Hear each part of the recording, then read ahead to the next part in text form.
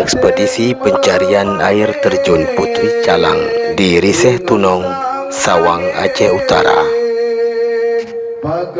Air terjun Putri Calang ini berada di pedalaman Cek Calang, yaitu di rimba pedalaman Cek Calang, Sawang. Untuk mencapai tujuan air terjun ini, kita mesti berjalan kaki selama 8 jam dari pusat desa Cek Calang, Sawang, Aceh Utara. Salam sukses selalu, Hutardi Georgia. Rupa yang tadi, budi pekerti, nurani lon kata pegang,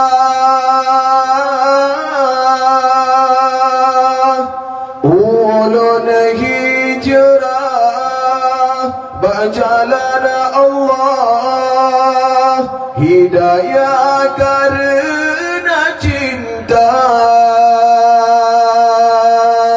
Ya Allah, atas sajadah ulun mohon pinta.